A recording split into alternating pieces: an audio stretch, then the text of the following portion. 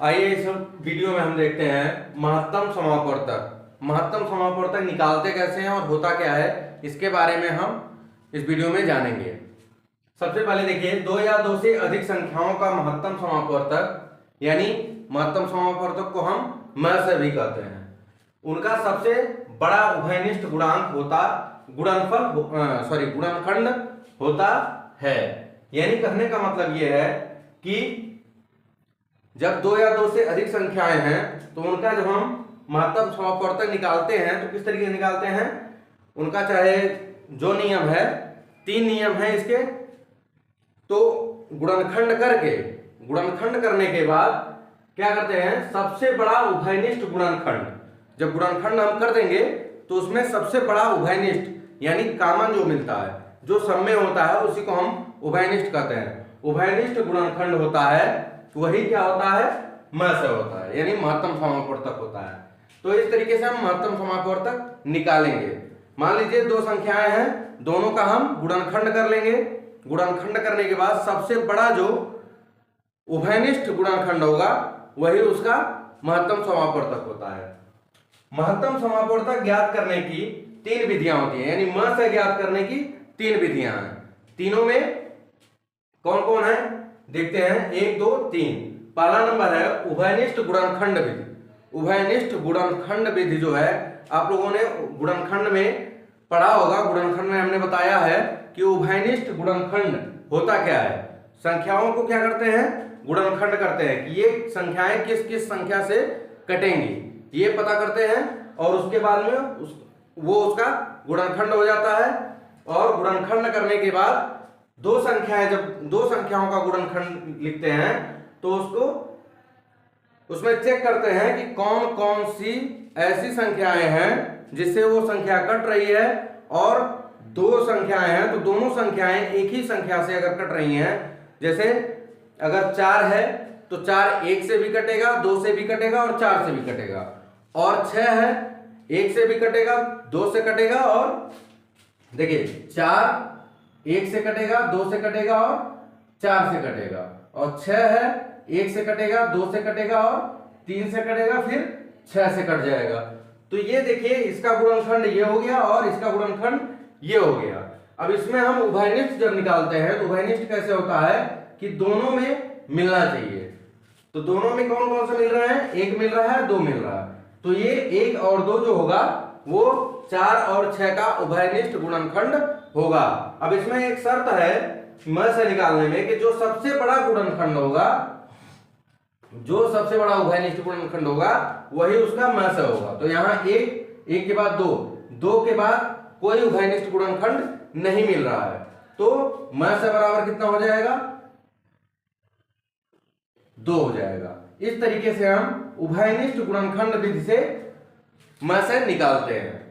फिर दूसरा आ जाएगा अभाज्य गुणनखंड विधि। अभाज्य गुणनखंड विधि में क्या करते हैं, जो संख्याएं दी रहेंगे उनका अभाज्य गुणनखंड निकालेंगे, फिर गुणनखंड को लिखेंगे। लिखने के बाद इसी तरीके से देखेंगे कि कौन कौन से गुणनखंड जो हैं वो उभयनिष्ठ हैं और सबसे बड़ा गुणनखंड, उसके बाद जो भी गुणनखंड होंगे उनमें हम म से निकाल लेंगे। अभी हम उसको आगे पढ़ेंगे। फिर भागफल विधि, इस विधि को हम भाग विधि भी कहते हैं, इसको हम भाग दे करके निकालते हैं। तो आइए पहला नंबर देखते हैं, उभयनिष्ठ गुणनखंड विधि।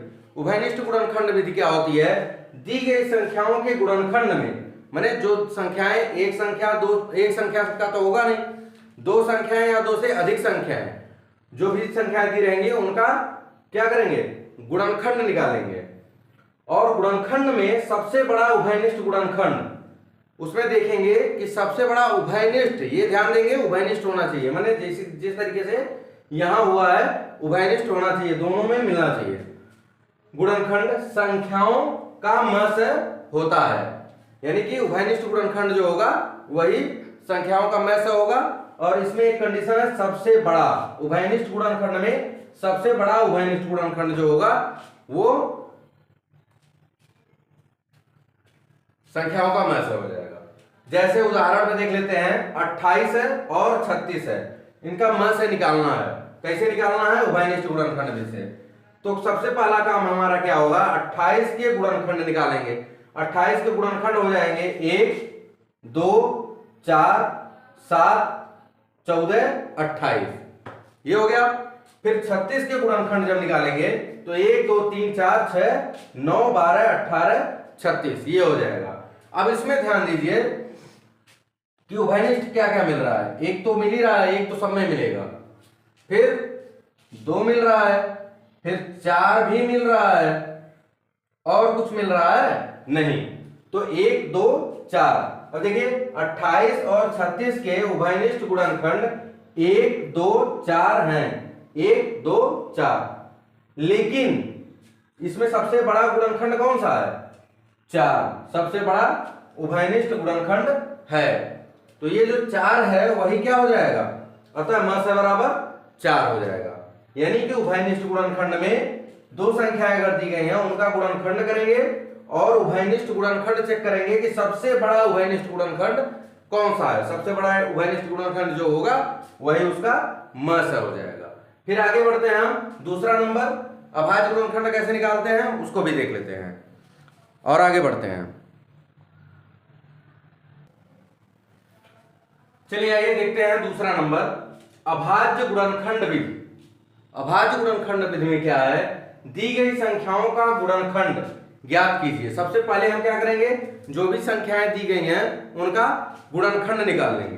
गुणनखंड निकालने के बाद अब सभी उभयनिष्ठ गुणनखंडों का गुणनखंड निकालेंगे, उसमें देखेंगे कौन कौन से उभयनिष्ठ गुणनखंड हैं और उन गुणनखंडों का गुणनफल ज्ञात कर लेंगे।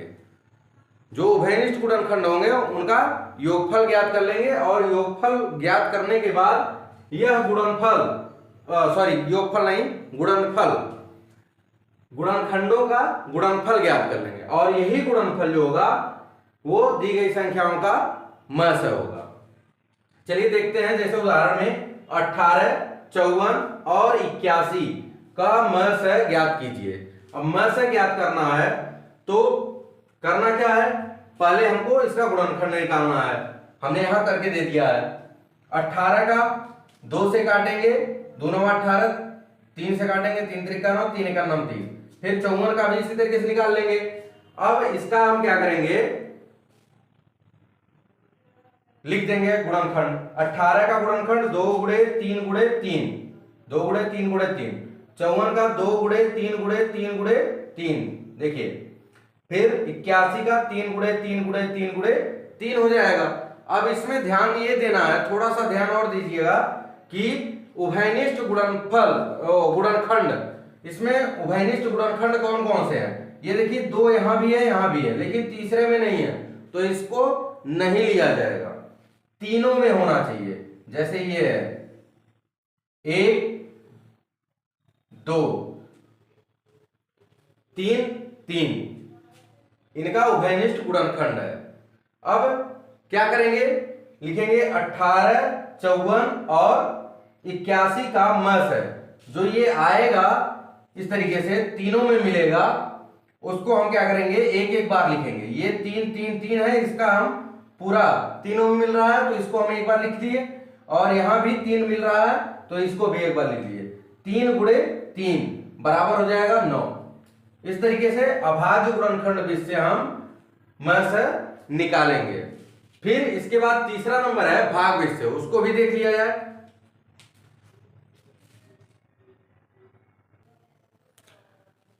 चलिए तीसरा नंबर है भाग विधि, यानी भागफल विधि को ही हम भाग विधि कहते हैं। तो पहला नंबर, इसमें पॉइंट है, 3 पॉइंट है, तीनों पॉइंट अगर जान लेंगे आप तो भागफल विधि से म से निकालना आपके लिए इजी हो जाएगा। चलिए देखते हैं, पहला पॉइंट है बड़ी संख्या को छोटी संख्या से भाग दीजिए। जो बड़ी संख्या है उसको छोटी संख्या से भाग देंगे, जैसे भाग दिया जाता है। अब दूसरे स्टेप में क्या कर रहा है, प्राप्त शेषफल को, जो शेषफल प्राप्त होता है, अगर 0 आ जाता है तो कोई बात नहीं, अगर शेषफल प्राप्त होता है तो क्या होगा, नया भाजक बना लीजिए। यानी कि जो ये संख्या 27 और 63 है, अभी करके हम दिखाएंगे। तो जो पहले हम भाग देंगे, अगर शेषफल बच जाता है तो उसको हम नया भाजक बनाकर उसमें क्या करेंगे, पहले जिससे भाग दिए यानी भाजक को हम भाज्य बनाएंगे। जिससे हम भाग देते हैं वो हमारा क्या होता है, भाजक होता है। जिसमें भाग देते हैं वो हमारा भाज्य होता है। तो क्या करेंगे, जो शेषफल होगा उसको हम भाजक बनाएंगे, और जिससे पहले वाले में भाग दिए हैं जो शुरू में, उसको हम क्या करेंगे, भाज्य बना लेंगे। यह प्रक्रिया शेषफल 0 आने तक करते रहेंगे, इसी स्टेप में आगे बढ़ते रहेंगे। और अंतिम भाजक दी गई संख्या का म से होगा, माने जब 0 आ जाएगा तो जो भाजक होगा जिससे हम भाग दिए हैं वो क्या हो जाएगा, वो दी गई संख्या का म से हो जाएगा। चलिए देखते हैं इसको करके। 27 और 63 का म से ज्ञात करना है। तो 27 छोटी संख्या 27 है और 63 जो है वो बड़ी संख्या है। 27 से हम इसमें भाग देंगे तो 2 3 6, 3 बार चेक करते हैं जाएगा कि नहीं। 3 7 21, 3 दूना 6, 2 8, ज्यादा हो जाएगा, 3 बार नहीं जाएगा। 27 या 81 होता है। तो भाग जैसा देते हैं उसी तरीके से इसको चेक करेंगे। तो 27 दूना 54, ये हो जाएगा। अब ध्यान यही देना है, ये घटाएंगे तो 13 में से 4 घटाएंगे, 3 में से 4 घटेगा नहीं, तो 13 में से 4 घटाएंगे तो यहां बचेगा 9, यहां हो गया 5, ये खत्म हो गया या 0 हो गया। ये ध्यान देना है कि यहां जब 0 हो गया तो अभी दूसरे स्टेप में कहा है कि प्राप्त शेषफल को नया भाजक बना लेंगे। ये देखिए, पहले ये भाजक था और ये भाज्य था, लेकिन अब शेषफल 9 मिल गया, 9 को हम भाजक बना लेंगे यहीं पे। और जो 27 है जो पहले भाजक था उसको हम भाज्य बना लेंगे। अब भाग देंगे तो 9 9 त्रिक 27, ये हो गया खत्म, यानी शेषफल हमारा कितना आ गया, 0 आ गया। 0 जब आ गया तो ये जो 9 है वही इसका क्या होगा, म से होगा। अब देखिए कर रहा है अंतिम भाजक, 0 आने तक करते रहेंगे, 0 आ गया। अंतिम भाजक जो है, अंतिम भाजक क्या है, अंतिम भाजक 9 है। अतः 27 और 63 का म से बराबर 9, ये हो जाएगा हमारा आंसर। तो इस तरीके से भागफल विधि से म से निकाला जाता है। अब हम तीनों जो विधि है, पहला नियम है उभयनिष्ठ गुणनखंड विधि, दूसरा अभाज्य गुणनखंड विधि और तीसरा भागफल विधि। इन तीनों नियम से कुछ एक्सरसाइज कर लेते हैं ताकि ये और अच्छे से समझ में आ जाए। तो चलिए देखते हैं।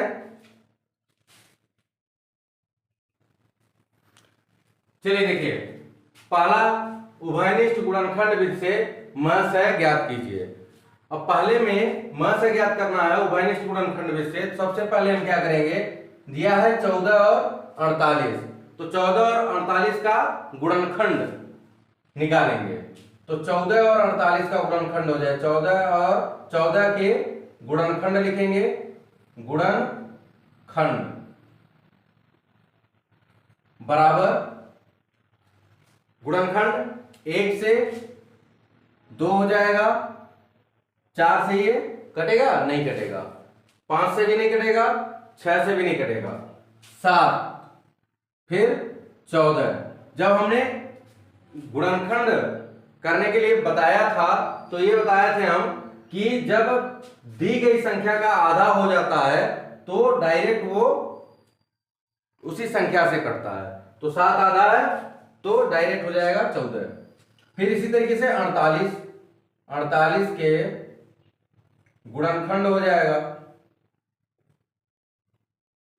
क्या क्या होंगे, 1 2 3, 3 का नाम 3, 3 6 18,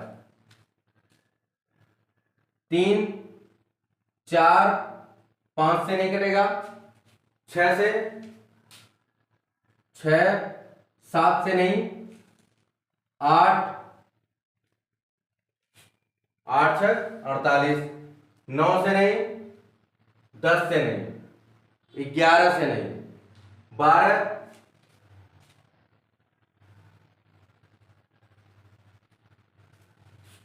13 नहीं कटेगा, 14 से नहीं, 15 का 16 से कटेगा, 16 तिया 48 होता है। उसके बाद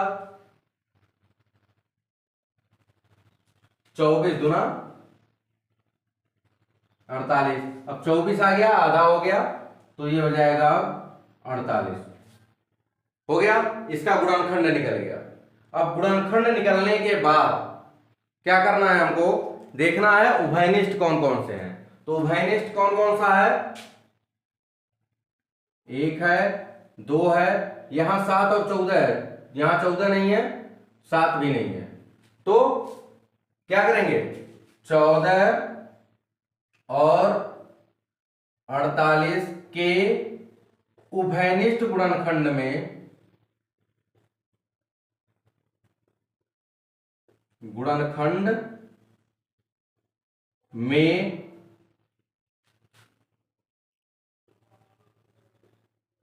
दो सबसे बड़ा गुणनखंड है।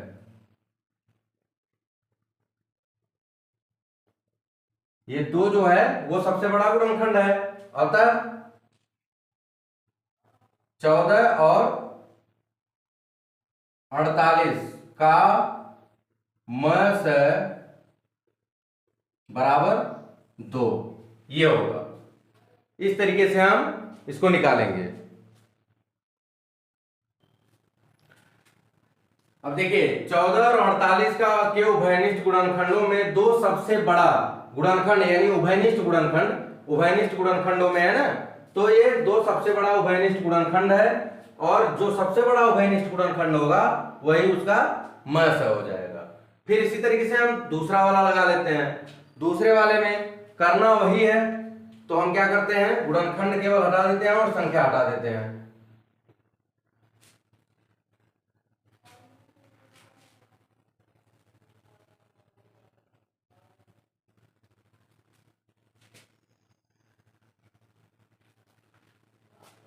सबसे पहले हम क्या करेंगे, दूसरे नंबर में ये दूसरा हो जाएगा,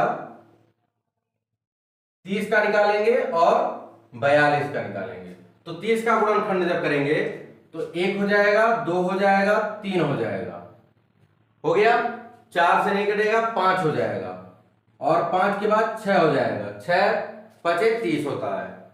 अब इसके बाद 6 के बाद 7 नहीं होगा, 8 नहीं होगा, 9 नहीं होगा, 10 हो जाएगा, फिर 15 हो जाएगा, और इसके बाद 30 हो जाएगा। ये हो गया 30 का गुणनखंड। अब 42 का 1 2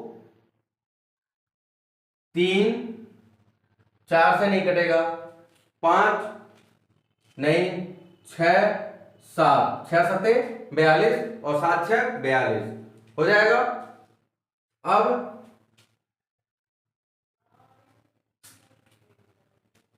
14 से कटेगा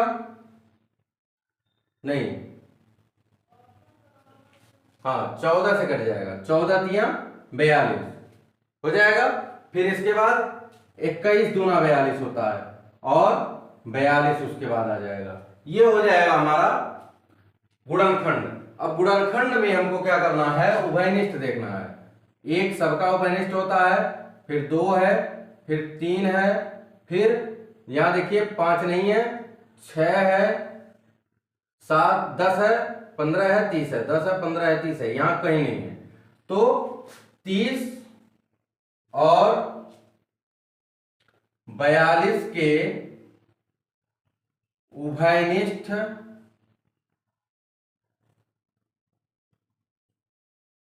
गुणनखंडों में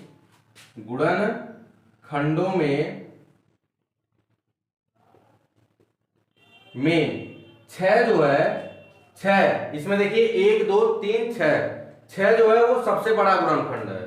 तो 6 सबसे बड़ा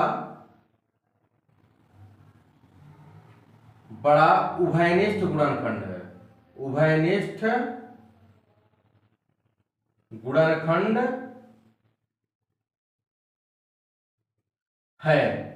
और जब सबसे बड़ा उभयनिष्ठ गुणनखंड 6 है तो 30 और 42 का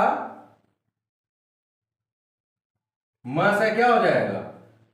जो सबसे बड़ा उभयनिष्ठ गुणनखंड होता है वही उसका म से होता है।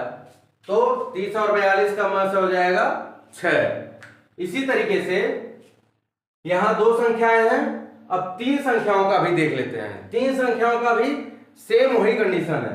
पहले हम 30 का 42 का निकाले हैं, इसी तरीके से 35 का निकालेंगे, 63 का निकालेंगे और 77 का निकालेंगे। चलिए करके दिखा देते हैं।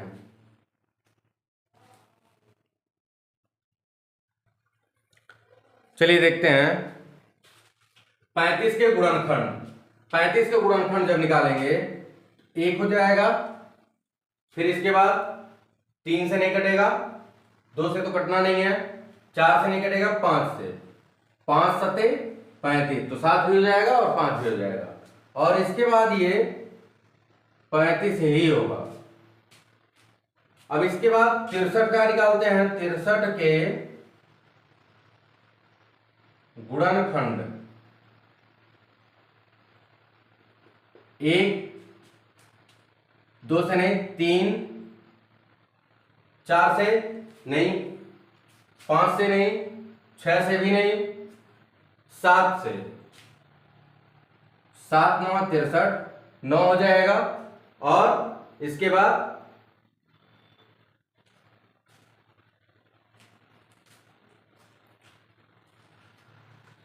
21 से कटेगा, 21 63 होता है, और फिर ये 63 से कटेगा। तो ये हो गए गुणनखंड। अब इसमें उभयनिष्ठ देखेंगे तो उभयनिष्ठ 1 है और 7 है। तो 1 और 7 हो गया, तो लिखेंगे क्या? अभी 1 मिनट, ये 63 हो गया, अभी 77 है बाकी, तो 77 का भी निकाल लें तब उभयनिष्ठ गुणनखंड निकलेगा। 77 का निकालेंगे तो 77 के गुणनखंड,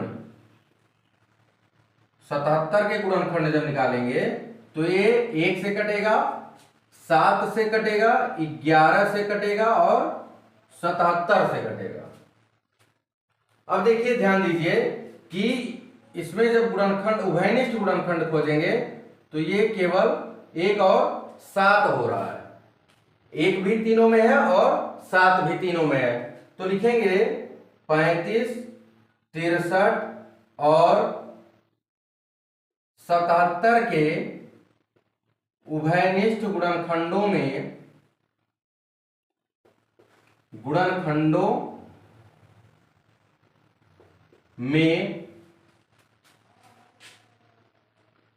7 सबसे बड़ा उभयनिष्ठ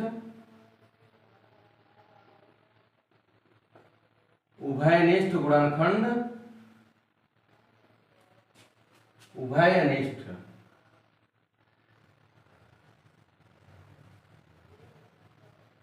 गुणनखंड है। अतः 35, 63 और 77 का म से क्या हो जाएगा? म से बराबर 7 हो जाएगा। जो सबसे बड़ा गुणनखंड उभयनिष्ठ गुणनखंड होगा वही उसका म से होगा। क्लियर? अब इसके बाद आगे बढ़ते हैं, दूसरा देख लेते हैं। दूसरा नंबर है हमारा अभाज्य गुणनखंड विधि से। तो अभाज्य गुणनखंड विधि से देखने से पहले हम देख लेते हैं भाग विधि से। चलिए देखते हैं। आइए देखते हैं दूसरा नंबर, भाग विधि से म से ज्ञात कीजिए। अब भाग विधि से म से ज्ञात करने के लिए हमने आपको बताया है कि छोटी संख्या से बड़ी संख्या में भाग देते हैं। 47 से 61 में भाग देंगे तो क्या आएगा देखते हैं। 47 51 47, 47 गुना ज्यादा हो जाएगा 94, तो 47 51 47 हो जाएगा। तो ये हो जाएगा 11 में से 7 घटाएंगे, 4 बचेगा और यहाँ 1 बचेगा। फिर इसको हम भाजक बना के और भाजक को फिर भाज्य बना देंगे। ये 47 को हम यहाँ लिख लेंगे, ये वाला फिर यहाँ आ जाएगा। 14 से 14 तियां 42 हो जाएगा, 42 घटाएंगे 5 बचेगा, ये खत्म हो जाएगा। इसको फिर हम भाजक बना के ये 14 जो है इसको हम भाज्य बना लेंगे। फिर 5 से 5 दूना 10, 4 हो गया। फिर ये 5 यहां ला दिए, 4 का 9 4, 1 बचेगा, 1 को बनाए और 4 को यहां ले आए। अब क्या होगा, 1 से 4 में भाग देना है तो कितनी बार जाएगा, 4 बार। ये 0 आ गया। अब देखिए इसमें क्या हुआ, 1 जो है वो अंतिम भाजक है, अंतिम भाजक 1 है, इसलिए 1 से भाग देने पर हमारा शेषफल क्या आ गया, 0 आ गया। तो इसका म से बराबर हो जाएगा, म से बराबर कितना हो जाएगा, 1 हो जाएगा। इस तरीके से हम भाग भी से निकालते हैं। चलिए दूसरा वाला भी देख लेते हैं। दूसरा वाला है, छोटी संख्या 84 है, 84 और 108 में भाग देना है। चलिए 84 एकम 84 घटाइए, घटाएंगे तो ये हो जाएगा 4 और यहां हो जाएगा 2।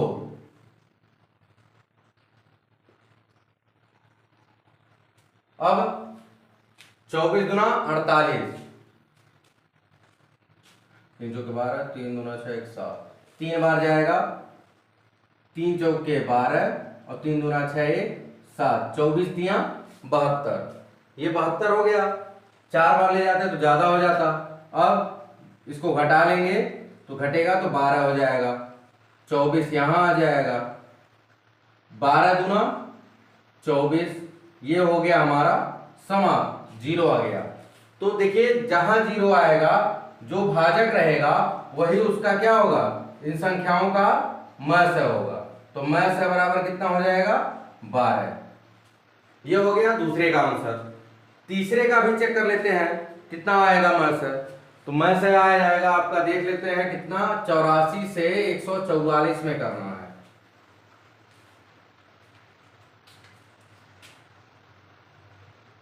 चौरासी और 144, चलिए भाग देते हैं। देखिए 2 बार नहीं जाएगा, 2 बार जाएगा तो 160 से ऊपर हो जाएगा, 168 हो जाएगा। तो 84 का नाम 84 लिखेंगे, घटाएंगे यहाँ 0 हो जाएगा, ये हो जाएगा आपका 60, 8 6 14 घटा लेंगे तो 60 हो जाएगा। फिर 60 से हम भाग देंगे किसमें, 84 में, तो 60 का नाम 60 हो जाएगा, यहां बचेगा क्या, 24। अब हम 24 से 60 में भाग देंगे, जैसे जैसे जब तक 0 नहीं आएगा इसी तरीके से स्टेप बाय स्टेप करते जाएंगे। 24 दुना 48 हो जाएगा, इसमें से घटाएंगे तो ये 2 हो गया, यहां बचा कितना, 5, कैरी कर लिए हैं तो 5 में से 4 जाएगा ये। यहां भी देखिए 12 दुना 24 हो गया, यहां भी म से कितना आ गया, 0 यहां आया तो म से ये होगा, म से बराबर कितना आ गया, म से बराबर 12, ये हो जाएगा आंसर। इस तरीके से हम म से भाग विधि से निकालेंगे। लेकिन अब हम अगले पार्ट में आपको बताएंगे अभाज्य गुणनखंड विधि से और भाग विधि से म से। यहाँ 2 संख्याओं का हमने निकाल के दिखाया, अब 3 संख्याएं अगर दी गई हैं तो हम म से कैसे निकालेंगे वो हम अगले पार्ट में आपको बताएंगे। और इसी के साथ अभाज्य गुणनखंड विधि से भी और कुछ और प्रश्न इसमें इस तरीके का बताएंगे कि क्रमागत सम संख्याओं का म से भाग विधि से निकाल करके बताएंगे और कुछ इबारती प्रश्न बताएंगे। तो अगले पार्ट में मिलते हैं, तब तक के लिए वीडियो पसंद आया तो लाइक कीजिए, शेयर कीजिए और सब्सक्राइब कीजिए।